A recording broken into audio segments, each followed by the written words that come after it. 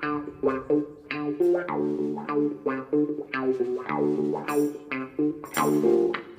morning, Mr. Hudson. Good morning, sir. And welcome all to part 7 of Alan Hudson's American Dream. We've covered an awful lot of ground through the American Dream, My Love, My Music, Hood at 50, etc., etc. But on the last podcast, we started by talking of alcohol and your favourite bourbon tipple. How's that doing? Is there still any left in the bottle? Well, I've still got a few empty bottles, actually. I'm looking at one now, and it's about quarter full Crown Royal Deluxe, which I discovered in Seattle in 1978/79. So that will stay with me. That will always be my great memory of Seattle. And of course, Rolling Rock. That was that a Canadian drink? I was shopping the other day. I was with one of my old ladies, and we're talking about Rolling Rock, and someone said, "From Canada, that is, mate." I thought, blimey, in the middle of Harborne. But it certainly is a North American lager that you liked, and you can't get it over in this country, can you? It's not on No, license. it's more. I discovered that as well in Florida. In Florida, they didn't have that in Seattle. I don't think. Yeah. They when I was in Tampa Bay, spent a lot of time in Tampa Bay down in Florida, and I found that in one of the bars and fell in love with that. It was, beer's not really my kick, but this is nice beer, And then, strangely enough, I come back and when I finished in Stoke. My second spell at Stoke, we used to pop in a little bar on Harts Hill where Tony Millard actually nearly got his pub the other month, and we used to go in this little place opposite where Tony was going to get the pub, and they had Rolling Rock in there, the only place I've ever known in England to have it, so it's unbelievable. There obviously are places out there. Somebody might listen to this and go, "Well, we got it," but I've never found it anywhere else, Paul.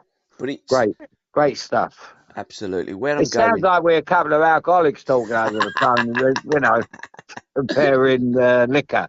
But it's like anything else when we do the shows, isn't it? It's whether it's a song or a beer or whatever, something reminds you of a place, and I think that's what life's all about. That's why we watch movies, because to remind us of special memories, and I think that them places are very special. I mean, when you get, that's what annoys me with today's footballer, and when they cheat and everything like that, they've got professional football is such a great profession, and from the age of 15 being an apprentice, and you get to see the world, and you go depending what club you're at. That's why Waddington was such a great manager. He liked to go on trips. He had his own turnstile at Stoke, I believe, that he used to use to take us on trips all around the world. And he used to say, I think I mentioned it on one of our shows, that he'd take boys away and bring them back men, and that's where you get your memories from. I was at such and such a place when I found that, or I discovered that, and traveling is such a fantastic education.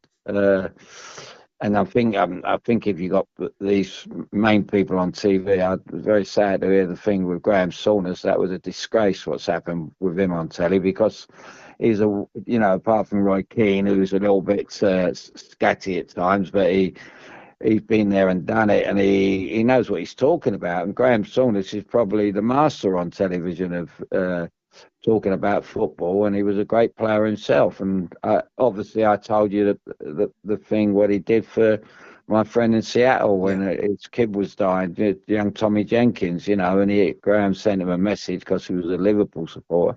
And it's things like that, you don't forget that. And Ferguson, when I was at Stoke and another place, I met a Manchester United supporter who was dying of cancer, and he was such a nice fella. It was one of those hits home again, it's always the good ones. And I wrote to Sir Alex, and I told him all about him. And next thing you know, there was a parcel come through. I didn't expect anything. I don't, because you can imagine how many offers he gets. Yeah. And a couple of days later, this fella's kids come in crying, and he said, "What you done for my dad was incredible." I said, "Well, I didn't do anything." I said, "These are the things you don't read in the paper about Alex Ferguson. He sent that package to you." So, it's these people, these football fans that we always go on off about, that don't realise that what was also a human race. It's all about, you find out who's who in it, and people like Alex Ferguson are right ahead in that race, because they're good people. And Absolutely. they care about people, and it's people get the wrong impression of the Mavericks and people like that. Don Shanks called me from Tampa the other day, and and I said, "Look, mate, it's always going to be hard for the likes of you and me. We've done the coaching school in Stoke, and it was a fantastic success, but we had no money." I said, "But we're the bad guys, and we'll always be looked at the bad guys. We don't get the help, we deserve." Absolutely. I don't think you're looked at as the bad guys in the eyes of normal people, in terms of the press, etc., and the media.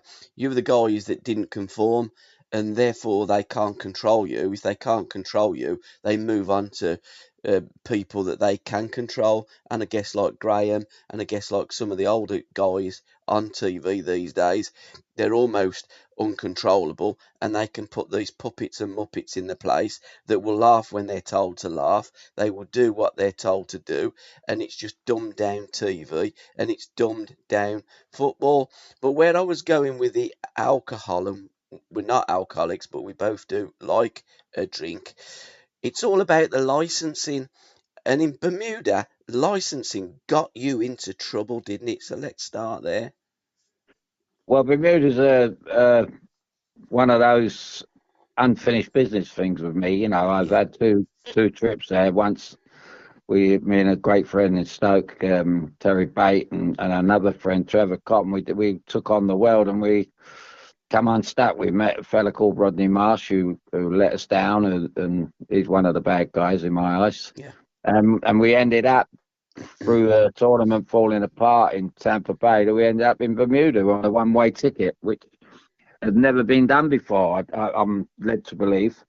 But me and my friend got there, and we ended up, fast forward a month, and we was under house arrest. So, and I know I was at Chelsea the other week with a couple of Bermudans, and they still live there, and they didn't know anything about this. I didn't know them at the time, and it's the most amazing story. I mean, we were very, very close. The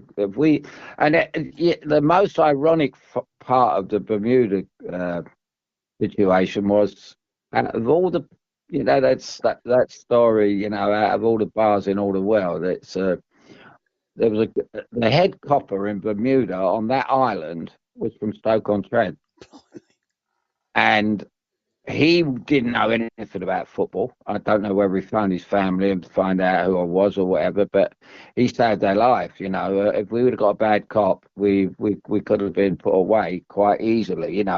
But of course, I knew Clyde Best, who's big on the island, and it's just such a small island. It's an amazing place, but I've been there twice, and once I've been there on a house arrest, and two I got married, which was a disaster. So I've got some unfinished business. I'm still thinking a third time lucky. If my case goes as well as I think with the FA, then I will return and hopefully come out unscathed. But But the house arrest scenario, it come about due to the tournament. But my understanding is from reading your posts on your fantastic Facebook pages, I've got to say, Al. And by the way, guys, there are a number of merchandise, commemorative T-shirts. We've done many podcasts that I said at the top of the show here today. Hudson 73, Hudson 74, Hudson 84 in particular were iconic 12-month periods for UL, because it was A, the last 12 months at Stoke City, B, the first sorry, the last 12 months at Chelsea, first 12 months at Stoke City, and 84 was when you saved Stoke City from the rapids of relegation and steered them through to the calmer waters of survival on the final day when you made them you a favour, although he says he didn't, but you beat Wolves 4-0. But those commemorative shirts are all available on srbmedia.co.uk/shop, and we are putting them on all our media network outlets, Alan Hudson's admin page, SRB Media's page, etc., etc. So you can get them from there. But the licensing and that beer, you were selling them, wasn't you? The alcohol, but you didn't have a license. That's how you got arrested, wasn't it? It was, yeah. It was. Well, the amazing thing about it was, what I can still not work out is that I sat down with a top man, Mm, with the main brewers on the island, the Gosling, yeah, and they supply everything. They sell. My friend over there at the time had his own nightclub. But it was a kind of day nightclub where it was a nice kind of place where you could take the wife, a girlfriend, or both. Um, and that was all Gosling. Everything went through Gosling. What I can't understand to this day is why, before they sold us this huge amount of alcohol, is why they didn't tell us we needed a license yeah, to sell it. yeah, Why? How? I mean, we're three strangers on the island. Uh, they didn't really. It wasn't as if they knew me personally as a footballer, a former footballer, but they just sold us without telling us that you needed a license to sell it, and they let us set the whole stadium up, take over all the bars, get ready for it, and it was almost as if it was a setup. It was, and then a day before we sold one pint of beer or a glass of beer, a cop turns up on a motorbike, and I went over to see him. I was going to welcome him to the match because it was just before the match. So the Scottish bagpipes were out for my friend, and Aberdeen were there, and I said it was a lovely Bermuda night, and I said, "Can I get you a beer?" And he said, "No." He said, "I'm actually on duty." He said, "And I've got to tell you that I'd like to see your license." And that was it. They pulled the plug on us. So that's that's how it all came about. And I was kind of looking over my shoulder for help, and there was no one there. And the next thing you know, up crops Inspector Harrison, and he was a lifesaver without really knowing it. He didn't do us any favors by any stretch of the imagination, but he just did warn us. He said that every word out. There was three of us and a fella called David Connolly who had the club. He said, if I hear one word from any of the four of you that is not becomes an untruth, he said, there's a place on the edge of the island called Casemates, and you'll be in there. And he said, you come out with if you get out, you escape, but you'll have AIDS, and if you stay in there, you'll never come out. If you don't escape, it's one of those. It was, and where they put this Casemates was where all the cruise boats come into the island. So if you got bars on your window, which you obviously have, so you see all the cruise ships coming in, and you think, oh my God, what am I missing? So it's one of those. It's not like Wormwood Scrubs or anything like that where they put the train, my mate, the great train robber and all that. There's no cruise ships anywhere. They're just cut off from the entire world. So yeah, it was. I had to rustle up a great friend of mine in London called Jack Bannon had to pull up some money as well to get us off the island. And I mean, we come out, we were innocent and they knew it. It was just a matter of that. What happened is when we took over the stadium and took over the bars that usually open for any event. I mean, there's hardly any events go on there. That's the thing. It wasn't as if we were treading on anyone's toes. And then they said, well, this ain't going to happen, And but it did happen. We played the game. Aberdeen played, and we come out there, and we were stuck on the island for about 6, 8 weeks. And it was, and there was another couple in the Belmont Hotel with us, and they were out on a golfing holiday. And every day we came in, we'd been out enjoying ourselves, followed by a cop or two, in plain clothes, and they say, "God, we paid a fortune for this holiday, and you're stuck here, and you can't get out." So I said, "Well, they say crime doesn't pay, but we haven't really done a crime, but we're charged, and now we're stuck here. But what we're in paradise. So there was an upside to it, but it ruined the relationship with my girlfriend. We finished. It ruined my other friend's marriage, and I lost the house. He lost the house. But so we come back. We had to start again. So it's not. It's all my stories. They're always funny, but they're very. I never come out. On the good side of it. Parky But was absolutely right about you, though, wasn't he? When he said that apart from being abducted by an alien, there isn't anything that hasn't happened to Alan Hudson, but, give it time. yeah, yeah. I mean, even yesterday, I've been this morning. I'm smarting this morning because over a bet I had yesterday, and I went to have a bet yesterday, and I'd lost. I backed Bournemouth to beat Chelsea, which I think they should have done. The fella missed a header with Corbin out to go, and I think Frank would have suffered another defeat.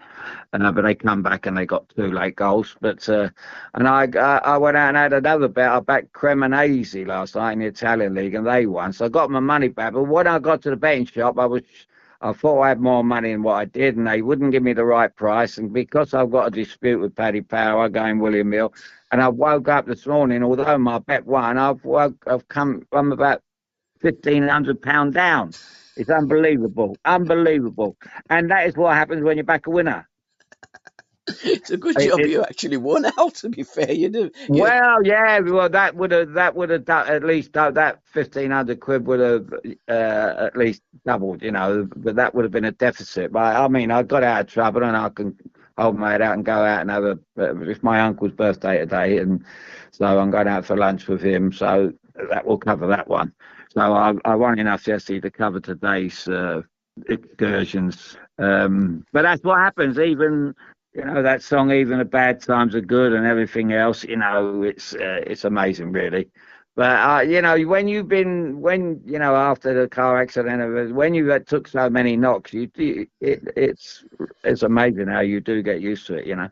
It's water off a duck's back, isn't it, really? You've been through a lot worse. It's just the way it is. So you just take Yeah. it in your stride and get on with it. We were Well, talking about. I've got a very, very brave face, mate. I've got Yeah. I've got the mask, and I put that on when I go out, and everyone think, oh, he's the happiest man. When I was in hospital, my friends and family couldn't believe how can you be happy in here? And I said, well, it's where I am. This is where I'm going to get better. So Yeah. make the most of it. And I said, a happy face is better than a miserable face. So, I'm going to fight this with a happy face. So that's the way it goes. And I believe that a smile is, laughter is a very healthy thing. Absolutely. It's also contagious. Gambling and happy times in America with Seattle was in England. There's always been a card school, and players have always liked to have a little bit of a flutter, although these days you certainly can't bet on yourselves. Was there anything like that out in America? Did you find a culture like that when you first went out in 1979 to Seattle, Al? Well, but I was very fortunate in many ways that the king of the jungle was out there, wasn't he? Yeah. Harry Redknapp was assistant manager to our great friend Jimmy Gabriel, passed last year. A wonderful, wonderful man. And Harry was out there, and Harry, now, since he won the king of the jungle, he's got more horses, and he's catching JP McManus up. But yeah, we used to go to a terrific racetrack there called Long Acres, and that was out. And we used to come in and have the day out and come in the next day. And Harry would be in the reserve team coach at that time he used to give the lads tips. I remember the couple of tips we did on the show about they're still looking for the horses running now. One was a loose button. He said, "You got back. Look out for this horse, loose button." He said, "He's got to come off." And they couldn't get the joke. The Americans couldn't get it, and he said the other ones. He said you got to look out for the dusty carpet. He said it's never been beat, and they didn't get it. They didn't get it. And this is the Harry Redknapp book of jokes. So he was a funny bloke, and so Harry and I and a few other lads would book a table and go down to Long Acres, and it's like a working holiday. It was, but as I've stated many times, I've always said to the kids who were in our team and who were on the brink that this is I also always used to try and take them out and have a good time with them, but I'd make the point that training the next day is, got to train harder than ever, So it was people that used to run that league down have got the wrong idea of it all. There was so many brilliant players over there, young and old, and it's coming to fruition now. And obviously we've touched on my Anthony, and hopefully these kids can go on and do a bit better while he's manager. Absolutely, he's doing superb, isn't he, at the moment, Anthony? We're going to talk about Anthony in a short while, but I just want to dwell on 1979 at Seattle when you went over there. Jimmy Gabriel was the manager, then Jimmy left, and when you're talking about something and then momentarily you forget Alan Hinton's name. I mean, how can you do that? But Alan had a bigger budget, didn't he, than Jimmy? And he brought in, not being disrespectful, but a better quality of player. Hence, in 1982, you had that fantastic season. But in 1979, he brought over Ron Davies. Now, a lot of people would not have been aware of Ron Davies, certainly in America and this country, the newbie football fans and the Johnny come latelys and the young kids. But Erling Haaland has just scored 35 league goals, which is apparently it's a world record. Nobody's ever scored 35 league goals. But when they actually look at football did start before 1992, they realised that there was a goal scoring chart, and Ron Davies topped it twice: 66, 67, 67, 68. He scored 37 goals in the first year, and then he equalled with George Best, 28 goals. But then Ron, at the end of his career, he came out, didn't he, and played in Seattle with you. What was Ron Davies like? Well, the amazing thing about Ron was I made my debut against Ron in 1969. 68, 69, and he played for Southampton, and Jimmy Gabriel played, and Ron Davies played in my debut, and they beat us 5-0, and I never see the first team again for another 6 months when we won the FA Cup. But by the time the great journey, again, the great thing about football and the journey, the path you go down, next thing you know, I'm in Seattle. Jimmy's my manager, and who I love dearly. He passed last year, and it was terrible. Great man, and he brought Ron Davies over. Now, Ron was at that time 35, I suppose, 36, and he was on his last legs, and he could. Oh, this man was I suppose to sum Ron up, you could call him the Oliver Reed of football. I mean, this fella could party. He could party, and he could, he was he was a brilliant.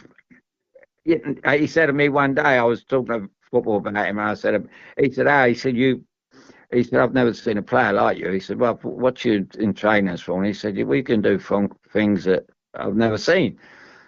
He said, but I've got to tell you one thing. He said, they never get me. I said, what's that? He said, they can't mark you up in the air. And that's where he was. And Ron used to have this unbelievable knack of getting to the far post and hanging there. Yeah. I don't know how he got out. I remember years and years ago when I was apprentice at Chelsea, that they reckon the great Tommy Lawton, who was they reckon the best, like John Charles and all Yes. them. He used to do a lot of this. Well, it wasn't training, but they reckon he could go in the snooker room at Chelsea, and he would do a standing jump onto the snooker table, Yeah. and that was how he would practice his leaping to get up as high as he could. And it's, where you see these old things around the pitch where they hang balls up and players run around and head the balls. Tommy Lawton used to jump on snooker tables. It's a little bit like saying Duncan McKenzie jumped over minis, or whatever. But the little things like that, well, they're things that you let people get on with and think, well, let them do their own thing. But if you got a coach today, they would stop that. They would say, that's too dangerous, don't do that, and they say, well, no, this is how I learned my trade, And Ron somehow had this gift, and it was a gift. I mean, the times you're talking about was when he scored 4 goals at Old Trafford with 4 headers. Yeah.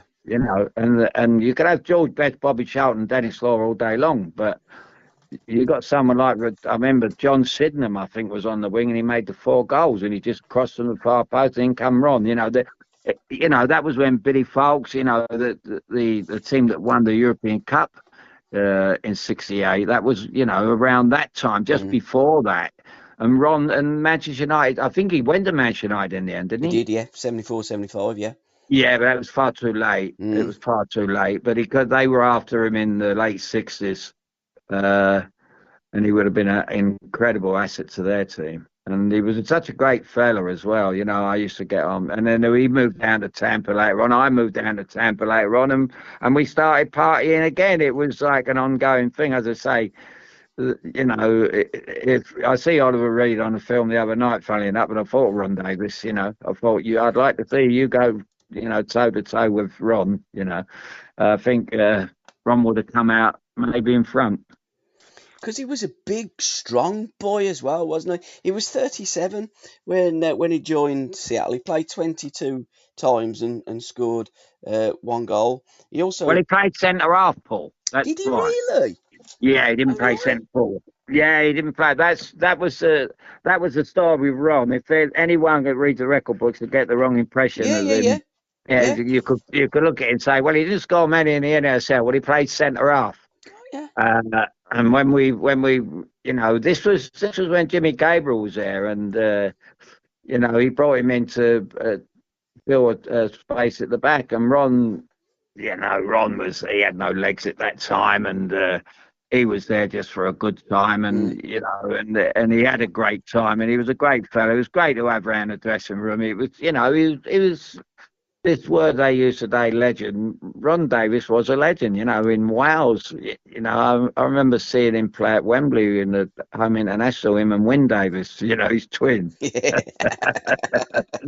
Where they were no relation, and I don't even think their names were spelt the same. But it was, I remember him then, and the Terry Hennessey played, and all people that you meet these people in that path along, and they're great, unbelievable characters, which is something that we lack today. When England go on into these competitions, there's nobody with the character of an Alan Ball. Alan Ball was famous for going out and partying, and there was never a dull moment. And yet his performances, his consistency level was incredible. Yeah, there's something about the modern age and the modern game, and they seem to think all you can drink through your football career is water because it helps your career, it helps your fitness, it gives you a longer career in the game.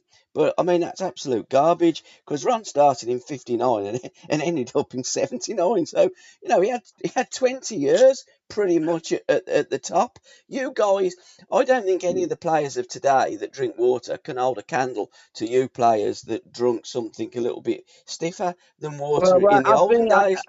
I agree entirely, and I think the greatest example, before we overlook the greatest example of all, is one of my all-time favourite players was Teddy Sheringham. Absolutely. He played at the top level until he actually finished, and he was just a great example for any kid to watch. I watched him from Millwall right to the end, and at all his clubs, and he was he took over from Eric Cantona, which was one of probably the hardest pair of boots to fill. and he was superb. And I've seen him out 3 or 4 times, Ted, and every time I've seen him, he's had a glass of alcohol in his hand. And to listen to the rest of this podcast, head on over to www.patreon.com/SRBmedia. Thank you.